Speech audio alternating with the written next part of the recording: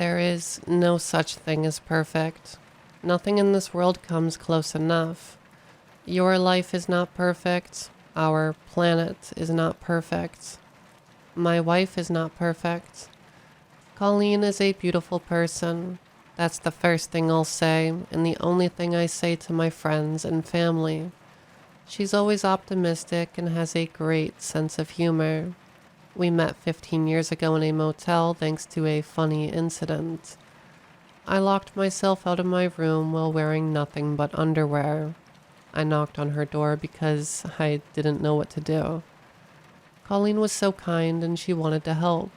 She managed to get me a spare key. The rest is history. We've always been there for each other.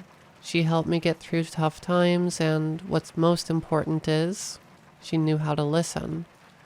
If I ever had a bad day, I could tell her everything and she would always care. And if we ever had an argument, it would be sorted out in 3 minutes. Colleen was also the sane part of our life. Seeing her drunk and out of her mind was very rare. But as I said at the beginning, no such thing as perfect. Colleen has this habit. She would wake up around 4 a.m. and start scratching her back, her arms, and even her face, as if she wasn't comfortable inside her gorgeous body. Sometimes it would leave scars. I vividly remember our first night. We were so in love. When it came to sleeping, though, it wasn't as pleasant as the rest of the night. Around 3 a.m., I woke up to strange sounds coming from the other side of the bed.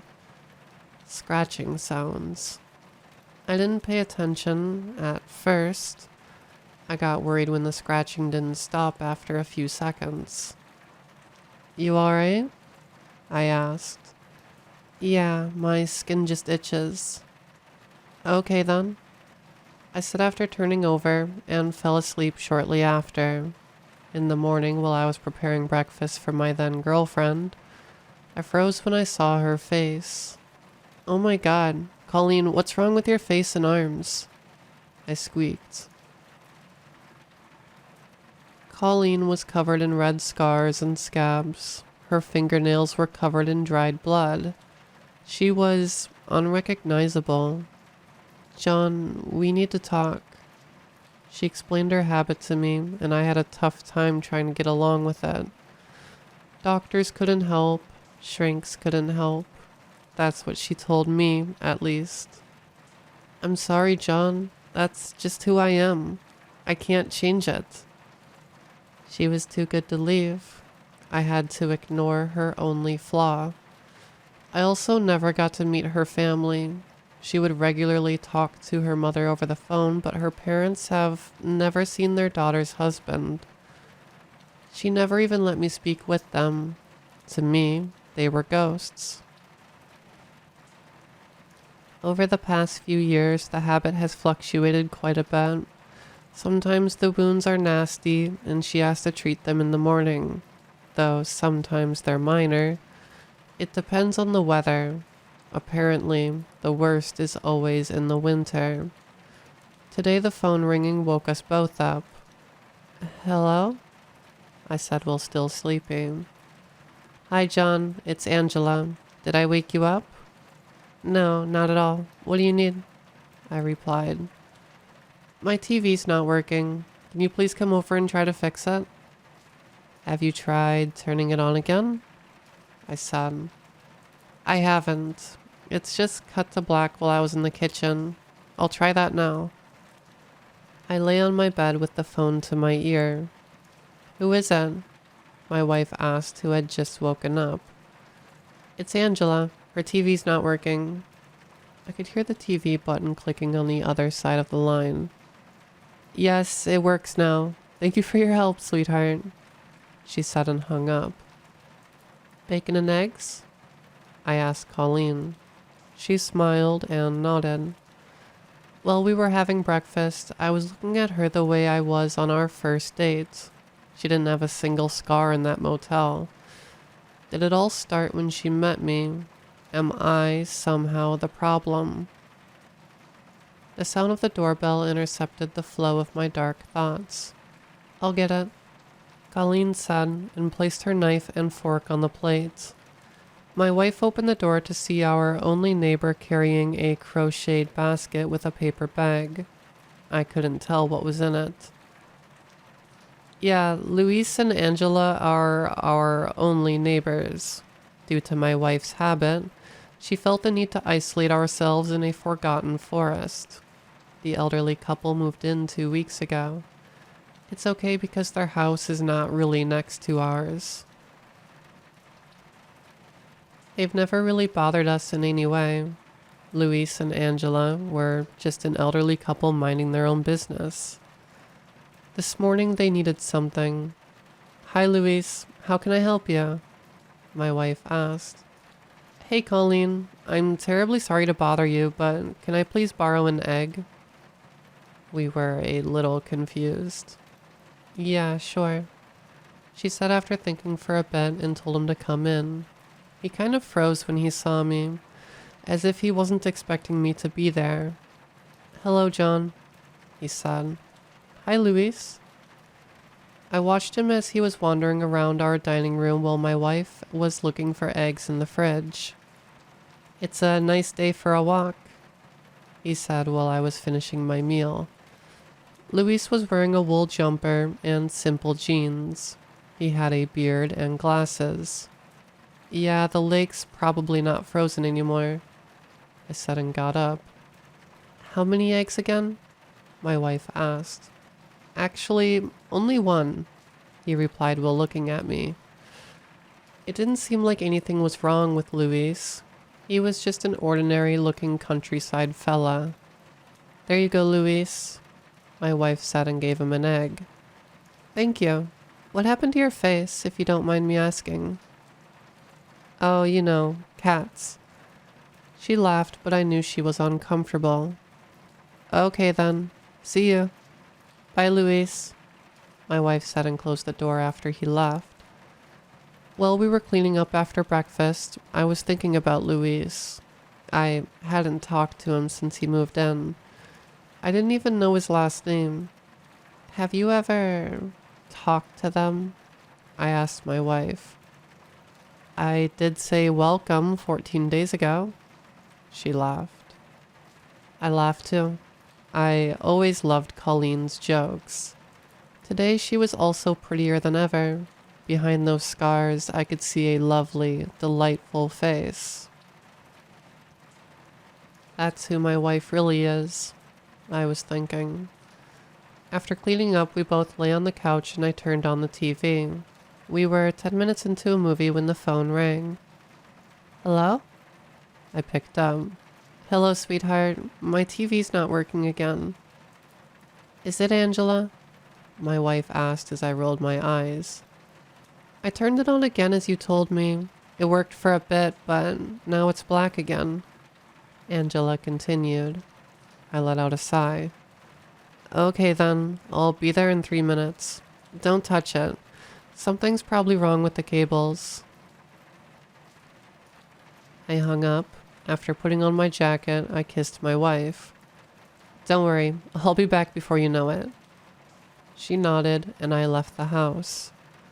On my way to Luis and Angela's home, I was charmed by the beautiful surroundings. Our forest is a special place. Also, there's a lake nearby. The winter's over, and it's alive again. The dew on the grass carried a nostalgic scent, and the trees looked peaceful. Everything looked surreal. After a little more than 3 minutes, I approached their front door and knocked. Angela opened the door, smiling. "Oh, sweetheart, you didn't have to come." "No, it's fine. Can I see the TV?" I asked. "Of course." Angela replied and showed me a small TV. I tried turning it on, but it didn't work, and sorry for calling about this twice today. "It's okay. Let's see what's wrong," I said. I crouched to see the cables better. That's when I noticed something strange. "Hey, ma'am." "Yes, sweetheart?" she answered. "Are you aware that the cables are cut?" She was confused, and so was I. What do you mean, sweetheart? The cables, they're cut, like with a knife or something. Oh, I didn't know that, Angela replied. Did you do it? I asked. She sighed and sat down. I sat next to her. It's Louis. He's been acting strange lately, ever since we moved in. I can't even recognize my husband anymore, she said in a trembling voice. Hey, it's okay. I tried to make her feel better. He seemed fine when I saw him today. Can I talk to him? Oh, he's not home. I think he left to return the egg he had borrowed from you. I let out a sigh too. I'm sorry, Angela. I'll go talk to him now. And about the TV, there's nothing we can do. Okay then. Bye, sweetheart, Angela said sadly. I left their house and started walking towards mine. How could someone do such a thing? I was fully prepared to confront the old man about it. When I got to our house, the door was partly open. Strange. Something felt off. I walked into the house and saw my petrified wife and Luis holding a knife. He was about to stab her, so I rushed to prevent it. I had to prevent it. But I failed. I was too late. He stabbed my wife in the neck. I punched him hard enough to knock him out. No, baby, stay with me. I looked at my wife as the knife was sticking out of her throat. Then I looked at Luis. What did you do, you fucking stupid bastard? I took the shotgun from the shelf, loaded it, and aimed at his head. Bam. I wanted to wake up from that nightmare. I even considered rotating the shotgun 180 degrees. I ended up just turning around. I expected to see my lovely wife lying on the floor dead. Except she wasn't. She was still standing there with a knife in her neck. Baby? When I approached her, I could see something moving beneath her forehead. I screamed when I saw 2 horns growing on her face. Shortly after, the skin on her back ripped open to reveal a set of wings. I was screaming my lungs out. The creature smiled, revealing the sharp black teeth. Instinctually, I aimed at it and pulled the trigger. No success. Bullets don't work. It flew out of my house within seconds. With my heart racing, I left to see where it headed. I could see it enter Angela's house. That's when I realized it was all my fault. I was the problem. I brought a demon with me that destroyed lives. Not just Luis's and Angela's. It also destroyed mine. I've been living with it for 15 years, and now, when I rewind every delightful moment we've had, it fills my heart with fear instead of love. Not to mention the fact I had just killed a person trying to save me. Even though I could always feel she was too good to be true, too good for me, I tended to ignore it all. The itchy skin, that's a devil not comfortable inside a human body. The strange parents, they're dead or just don't exist. That's why I never got to see them. My wife's body probably did belong to someone. If the devil hadn't taken over, the real Colleen and I could have met on a beach somewhere and experienced it all for real. Luis, on the other hand, knew something was wrong from the very beginning. After finding out that turning off the TV wasn't enough to make me come, he cut the cables to lure me into leaving the creature alone. He tried to save me, and I killed him in return. I directly killed a brave man and indirectly killed an innocent woman. I'm writing this in the bathroom and I can hear the devil scratching on the door.